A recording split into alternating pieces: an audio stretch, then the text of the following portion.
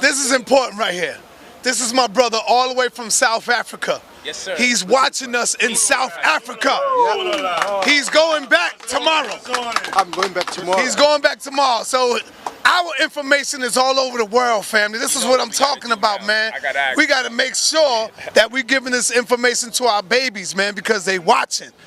All the way in South Africa, my brother's watching. Wow. Talk about that right quick. Well, a lot of South Africans are watching Saneta TV because there is a lot of information that you're sharing. But most importantly, it's because you're dealing with black liberation and freedom.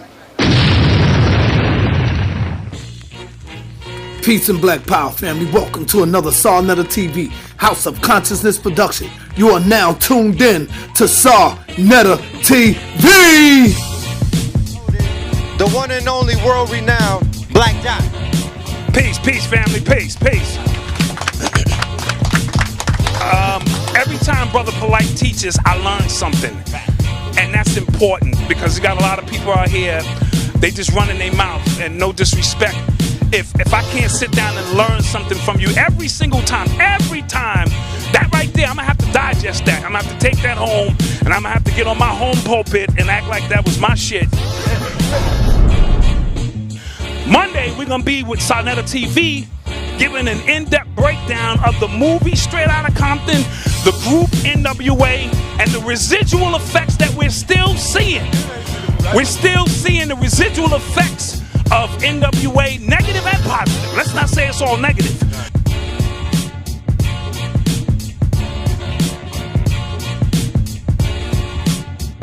We can't equate today with 1990. So 1990 Compton is now its bastards of the party. It is post-Reagan era. It is post-Bush era. It is post-Iran-Contra era. So it's niggas in all black with submachine guns now. Monday the 24th, 2 p.m. sharp. Have your ass in the building. It's a pimp culture mixed with militancy. So that expression was pure and that shit hit us in our heart where we was at. That you would never have a Biggie Smalls in a bad boy era. You would never have a Little Kim. You would never have gunplay the way that it was if it wasn't for that West Coast expression. And then it metamorphed into the East Coast, and that's where Wu-Tang came out of. And you cannot blame a group for making you sell drugs. Movies can alter the past, present, and future simultaneously. They use the movies to clean up shit they did 25 years ago. Now the motherfuckers is noble. I left out the movie feeling these niggas were superheroes. Why is that? Now they did the same thing with Public Enemy and Flavor Flav, but they did it in reverse. See, this generation, our generation, know who Flavor Flav was as a part of the most prolific group of all time.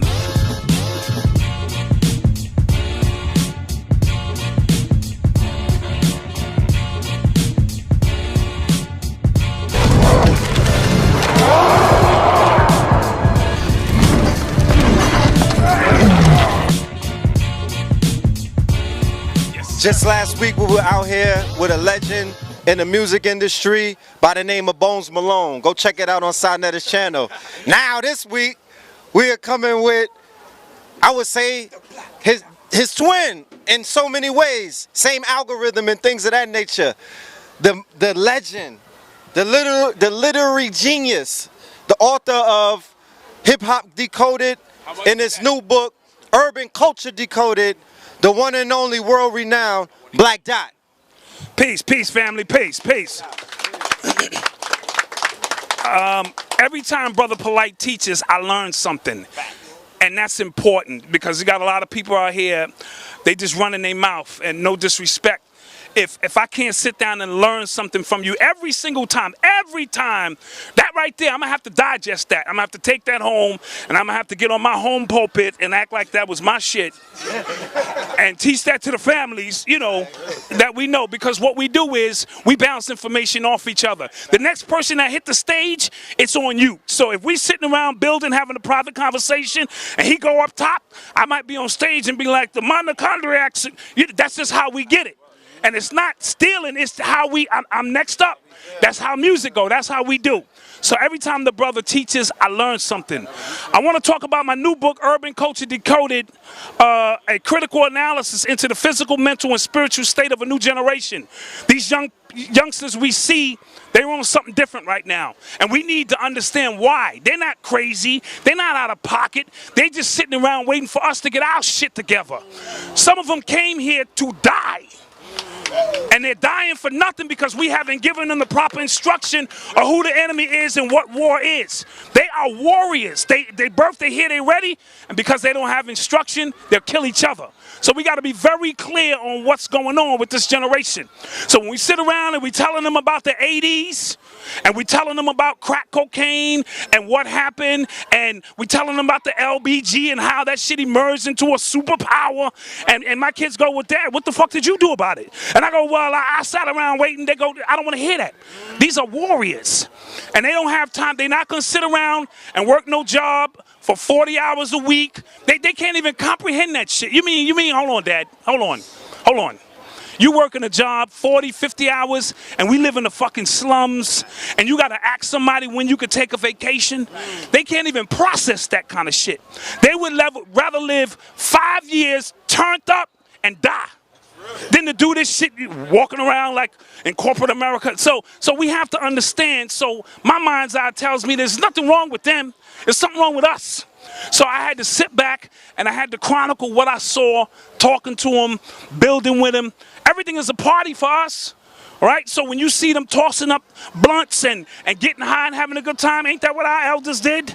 So they doing rituals, but they don't understand the significance of the power of the ritual. So they overusing and overdoing, and they don't understand that our sexual energy is the greatest form of power that we have on this planet. Right? And now they're ashamed of it, or their parents ain't teaching them. Our ability to pop a bottle and go up, or take some mushrooms or whatever we do and go up, that's our spiritual fucking power. Right? Now, what do crackheads normally say? They try crack for one time and it takes them way up somewhere, and then they spend the rest of their fucking life trying to get right back there. It doesn't work like that. It's the experience in ritual. Our music, our fucking drums banging, and we going up. So all these young people, they're sitting here performing a mass ritual, but their intent is not there, so they don't know how to bring the power into it to change this reality. That's it. So the devils know that. And flood them with all that shit, because they don't know who they truly are. So every single day you see the young people getting it in, that's what they're doing. They're performing a mass ritual, but now that energy goes up and somebody else eat that shit like a tuna fish sandwich. Yeah, I know about that. All right, and all that kind of shit is accelerating, but you're not ready for that. You need to be ready for that kind of experience outside of the body, and they're just taking that shit casually and wilding. You see what I'm saying? But if they was prepared and ready for those type of experiences, focus, energy, intent, you'd be surprised what can manifest. So that brings me to NWA. Straight out of Compton. Okay, so I went all the way around the block to say this shit. Monday, we're going to be with Sarnetta TV, giving an in-depth breakdown of the movie Straight Outta Compton, the group NWA, and the residual effects that we're still seeing. We're still seeing the residual effects of NWA, negative and positive. Let's not say it's all negative. A lot of people like to just blame the group, and I was one of them. 10 years ago, I blamed the group for everything that was fucking wrong. But as my understanding grew, I said, hold up. There's powers to be behind that to understood, you know what I'm saying, their warrior spirit, because fuck the police is the same as saying fight the power. It's just a different variation of the same message. So Chuck D understood the power structure in totality, so he said fight the power. And NWA is on some street shit. Their direct relationship with power is the police. That's the first line of defense. You know what I'm saying? For them, for their structure. So they just came directly out and said, fuck the police. You see what I'm saying? Can I add on? Add on to that. Can I add on why that honest expression from them brothers in the West Coast reverberated like that? That's for you, God. All right. The fact that, hold on, brother, don't bounce real quick. The fact that West Coast expression of consciousness was different than East Coast expression of consciousness, because keep in mind, East Coast consciousness is the nation of gods and earths. East Coast consciousness was the nation of Islam and Farrakhan. We're talking about the golden era of hip hop. Yes, yes. Very cerebral, right? Very intelligentsia upstairs with it. That's what consciousness represented in the 80s and in the early 90s. West Coast consciousness on the West Coast is Black Panthers. It's Oakland. It's militancy. It's niggas in black with rifles. Right. So NWA and what? All black. Yeah. With rifles, screaming "fuck the police" and express yourself was West Coast consciousness. Because if you can accept the Panthers, because the Panthers wasn't no angels. No. There was a lot of twerking going on. You understand? There was some drugs, there was some shootouts and things of that nature. But fast forward to the, keep in mind, we got to talk about the time that we can't equate today with 1990. So 1990 Compton is now, it's bastards of the party. Yes. It is post-Reagan era. It is post-Bush era. It is post-Iran-Contra era. So it's niggas in all black with submachine guns now. You feel what I'm saying? But it's still fuck the police. Then you have an element of Oakland in there, which was always pimps up and hoes down. Fillmore Street. You understand what I'm saying? It's a pimp culture mixed with militancy. So that expression was pure, and that shit hit us in our heart where we was at. That you would never have a Biggie Smalls in a bad boy era. You would never have a Little Kim. You would never have gunplay the way that it was if it wasn't for that West Coast expression. And then it metamorphed into the East Coast, and that's where Wu-Tang came out of. And you cannot blame a group for making you sell drugs. You cannot blame a group for making you want to join a gang. The power in the music is influenced because hip-hop as a culture is one of the most influential cultures ever seen on this planet. And that's a fact. That is a fact. But if we're going to chastise NWA, that's why I can't wait till Monday. Because what does the movies do? That's why KT the Arch Degree and Valentine is so important. Yes. Keep in mind, you had NWA, but nobody's talking about Menace to Society, and nobody's talking about Boys to the Hood. Boys in the Hood, I'm going to show you how everything is related. Because all of the movie, those movies too specifically, movies terraform and change reality. You gave an excellent, I want you to come in on this because you gave the metaphysical breakdown of what movies will do to us as a third eye. We have a pineal gland. We create our reality. Right. Menace to Society, bro. That we're living, hold on. The reason why they broke the box office is because we are still, if you want to talk about the Matrix, if you want to talk about the Architect, if you want to talk about code writers, how people write realities into existence, we are living in the reality that NWA wrote. Yes. This is their program. They are architects of the reality where the gang's at right now.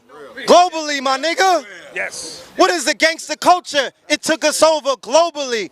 They put to sleep consciousness and they ushered in street consciousness. But then when they ushered in street consciousness, they ushered in gangsterism, niggerism consciousness. Because remember, everybody watching the movie don't say the main thing. The main point of the movie was Jerry Heller, to show you that the fucking Jew is not to be trusted. He's the one that broke up everything. Because keep in mind, Ice Cube's pen was rebellious. Yes, yes. Ice Cube had the rebel pen. Ice Cube is the conscious one in the group, the street consciousness. You are now about to witness the power of street knowledge, right? Excellently said. Also, you got to remember, movies can alter the past, present, and future simultaneously. So you have generations who don't remember NWA. My son is 15. He just remember Ice Cube as are we there yet? And that kind of shit. So what they do is they use the movies to clean up shit they did 25 years ago. Now the motherfuckers is noble. I left out the movie feeling these niggas were superheroes. Why is that? Now, they did the same thing with Public Enemy and Flavor Flav, but they did it in reverse. See, this generation, our generation, know who Flavor Flav was as a part of the most prolific group of all time. Right. No, but when you see him then, with the clock on, he got the clock on, so you know this is some time shit. He's a dark nigga, so you're talking dark matter travel. He eliminated he fucked up Public Enemy In the past, he did some old Terminator shit. So now when the kids go back to review Public Enemy, all they're gonna see is fucking Flavor. And the buffoonery shit he did now and eliminate the shit that they did then. So these motherfuckers could use movies to alter the past, present, and future simultaneously. Send a nigga like Flavor back into the past and fuck up Chuck D and them niggas and fuck Griffin them up. So now when this generation, young generation, want to find out who Public Enemy is, they can't take their eye off fucking Flavor. So the shit work both ways. So we gotta be careful with this shit. Dre is a super legend. He is a super legend. They could do a whole part 2. Remember, you had Dre, Aftermath. Then who did he get as his first artist after that? Was it Snoop? Snoop. After Snoop, Eminem. After Eminem, 50 Cent. After 50 Cent, Game. Exhibit. After 50 Cent, Game, then Kendrick. He's a fucking legend. Stop it. Yeah. Don't crucify that man. He did a lot of things, but Ice Cube, that's the missing link that nobody talks about. That's the pen game. He showed you the power of the pen. That nigga went and did Friday. Then he went, Are We There Yet? Then he did all of that stuff. Then he did the movie and brought it back. So, we're not gonna demonize our good brothers on Monday. We're gonna show you that it's time to tell your story. Stop fucking playing. That movie is a legend because we are legends. Hip hop is a legend. Why they need to discuss this and that? Well, because they showed you the power movie. If I'm spending my money, I'm gonna be the greatest nigga in the movie. Every fucking kid I touch will be healed of all kind of shit. If I'm putting my bread up, I'm not gonna tell you about some chick I threw down a flight of stairs. I don't condone that, and that shit happened, but I'm not gonna put that shit in the fucking story. I'm gonna be like, yo, just like in the movie, they did it with Dre. Dre beat somebody up in the movie, and I know the directors was like, yo, cut, this shit is funny. We got Dre on some gangster shit. Take again, cut, do it. Cause come on, that's not who Dre was. But he put his bread up, so he stood toe to toe with Suge. Nigga, you ain't standing toe to toe with Suge. Stop that shit without getting your ass smacked, right? But in the movie, he stood toe-to-toe with Suge and fought for his rights. Get the fuck out of here. Stop that shit. And I'm telling you, while they was filming, I know the directors was laughing their ass off because this shit is bullshit. But if I'm telling my story, that's my story. Yeah. Black Dot was the greatest motherfucker that ever walked down 125th Street if I put my bread up. Yeah. So don't complain about that kind of shit if you ain't telling your own mythos. Yeah. Pass the mic. Now what I'm gonna say is, I respect everything you're saying. I just want to know if we could do that because our money, then we can't get mad at white people for doing it. That's what you're saying, because they done stole everything and did exactly what you're saying that NWA did in the movie. Right. So as I said, we got to do documentaries because movies is going to be the bullshit. Going back to what we were saying earlier, he already has a fund, so we could start our own documentaries. We could tell our own stories, not just documentaries, because remember, that was a docu-film. It's time to tell our stories. It's time to tell Garvey's story. It's time to tell all of them. If Ice Cube and Dr. Dre could get together and put their money, and we millions of us, all of our organizations, it's movie time. That's all we're saying. It is movie time. They showed you, didn't they show you in a nutshell what religion did? It was a micronism of what while we fighting religion right now, because they went and took their pen with their money and told the story that they wanted to tell us. That's what Hollywood has done from day one. So now it's our time. You can't complain. You can't ask why. We have crowdfunding. With crowdfunding, there's thousands of us. God damn it. There's a crowdfund on Kickstarter where they raised $85 million for a fucking jacket for a white company. We have no excuses. Creflo got his jet. They tried to intimidate them when they came to their show. They've been doing that. They've been doing that. You know what I'm saying? So fuck the police is a universal message that we all can resonate with, and that was the theme of the movie. I sat in the seat, we could all relate. It was militant. We all have been through it. Being stopped by the police is a part of our fucking culture. It's a part of our way of life. That shit is built into who we are. Until you able to resonate past that. Now I don't see no police. I be in the crowd of police. I don't see none of their asses. And I tap one police. Yo, word is bond. I was in the crowd and tapped the police and tell them to move out my fucking way. Basically, I was like, yo, bro. You know what I'm saying? He looked like, yeah, nigga, move, nigga. I don't see you. I'm trying to watch the festivals going on and shit. So that's what we going on Monday on Sarnetta TV. We're gonna go in KT the Arch. The red pill, black dot. Special guest. Special guests, yeah, we might get Polite, some other ones come through, and have them go through and do what they do, because this is the only way we're going to be able to tell our story. We hold the Library of Alexandria in our hood. So for those who watch Hidden Colors and it becomes a gateway for you to want more knowledge, guess where you gotta come? We holding it. We holding it. You gotta come. You gotta come cheer and get this information, because we hold the advanced lessons. I don't care what you say about us. We hold it.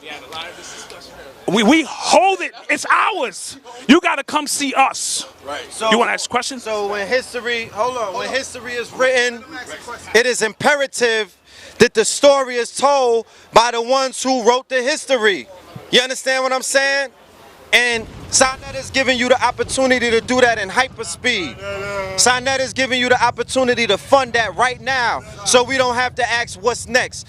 What's next is the now. We here right now, and we said that it is documentary time.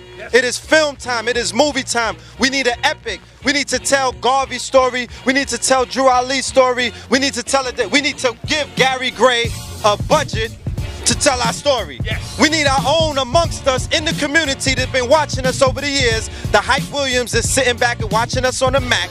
The F. Gary Grays in the conscious community to step forward. The Scorsese's, the goddamn Tarantinos to step forward, and we gotta help our babies and bring them back, because like I said, they got their program. NWA was a militant movie. It was a street consciousness militant movie. And when you get street consciousness, that's when the revolution starts. Give me one organization that made moves and made something happen, like the Nation of Islam, the Nation of Gods and Earth. When we was youngins in it, we gotta tell the 80s story of what happened in New York, so we could compare it to what happened over there, because you can't separate the two.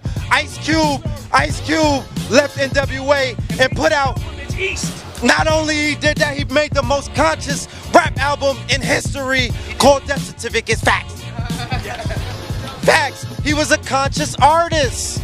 He just was street consciousness. I'm gonna disagree with that, and I'll save that for Monday, because we got love.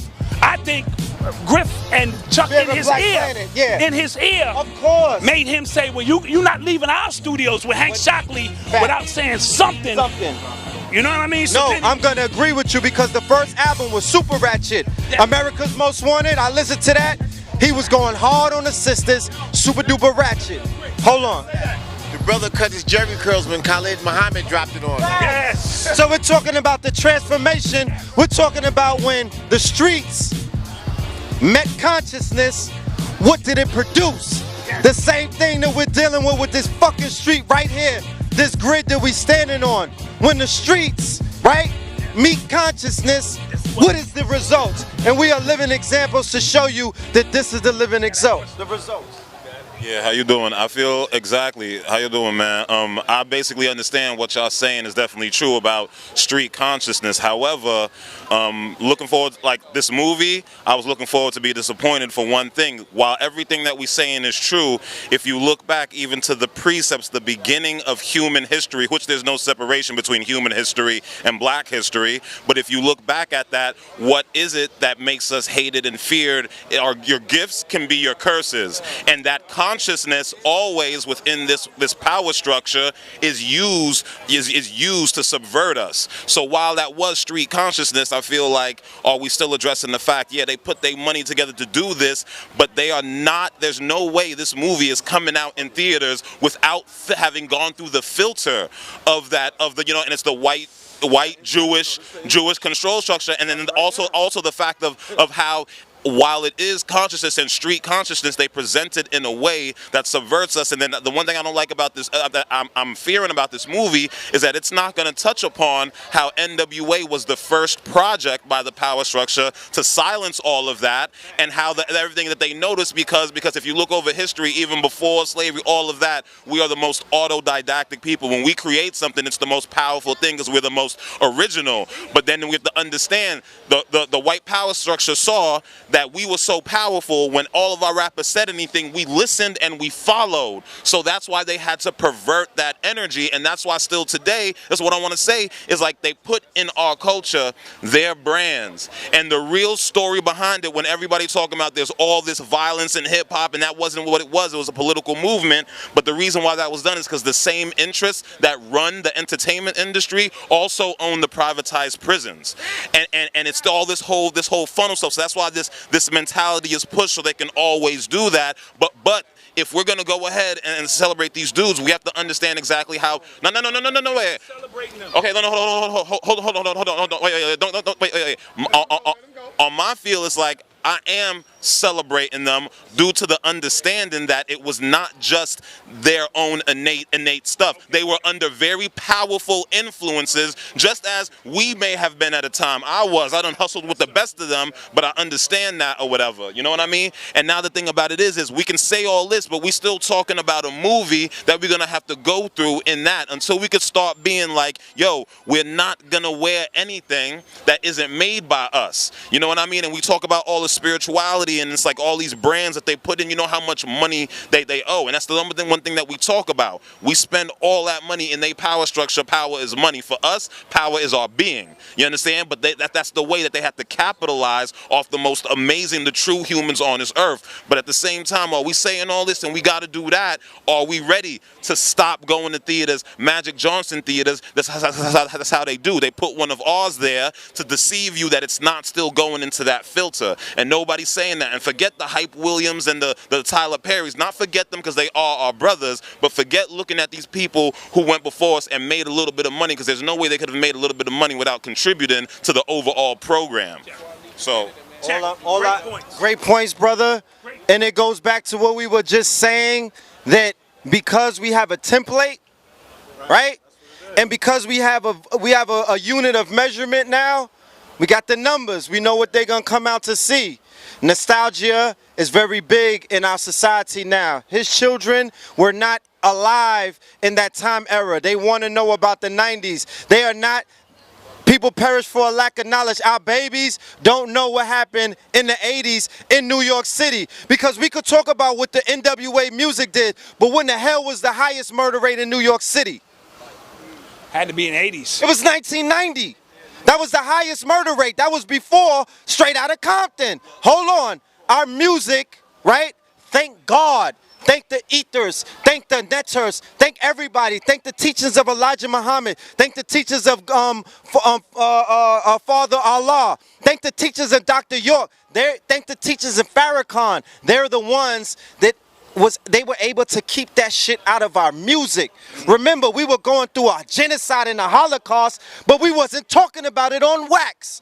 So we're gonna show you that because the Jewish influence, they showed you in the movie with NWA, he pushed the revolutionary pen out of the group.